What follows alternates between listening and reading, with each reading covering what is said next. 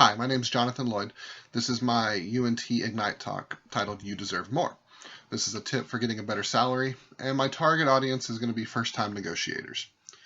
So, what I've found in my experience is that um, employers will rarely make their best offer first, and job candidates who negotiate generally earn more than those that don't.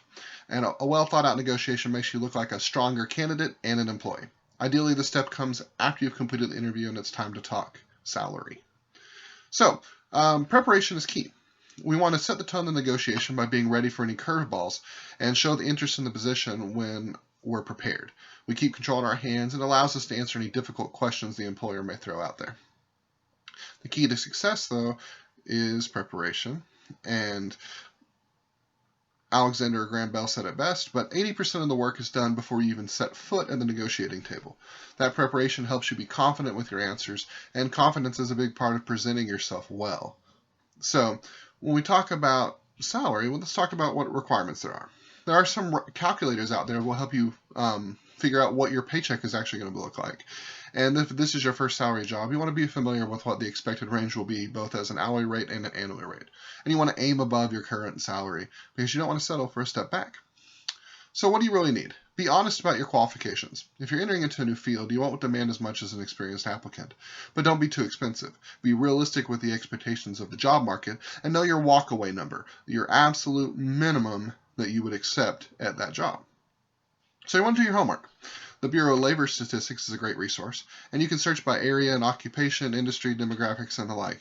But consider the area the job is in because the cost of living can change. A job in New York will pay more than one in a less populated area, for instance.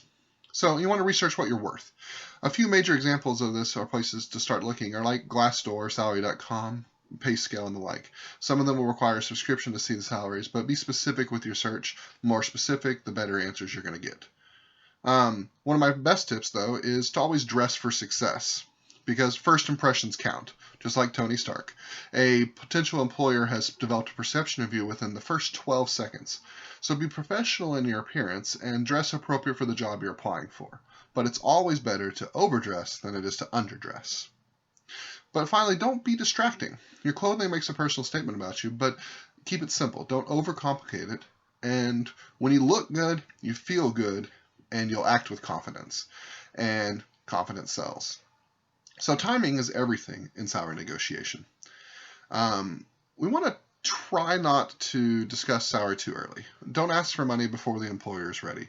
My best tip is to wait for the offer of a position first, because don't negotiate for money until there's a job on the table. If they aren't willing to hire you, focus on selling yourself as the right candidate to get to that point.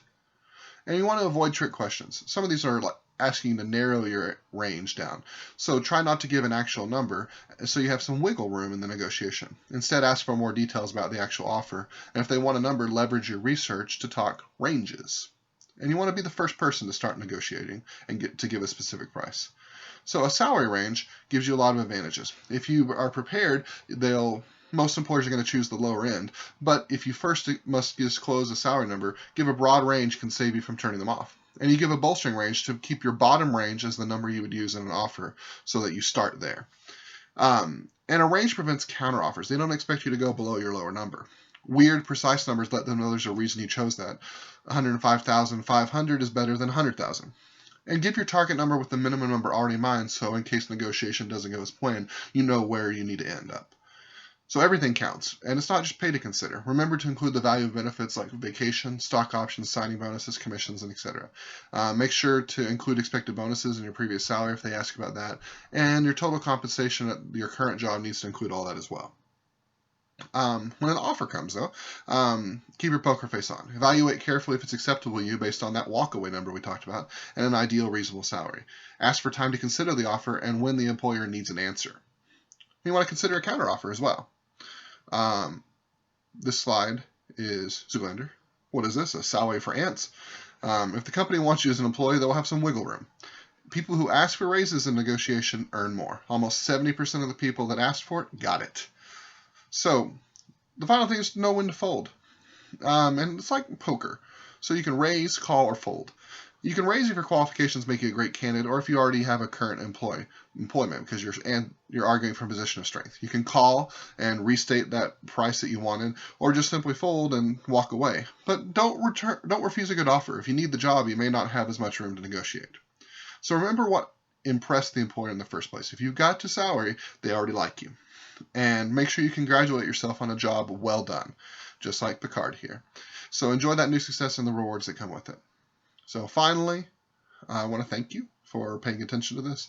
Crappy picture on my iPad, but it worked out okay. Remember 3 key points: preparation, presentation, and just remember to ask for something.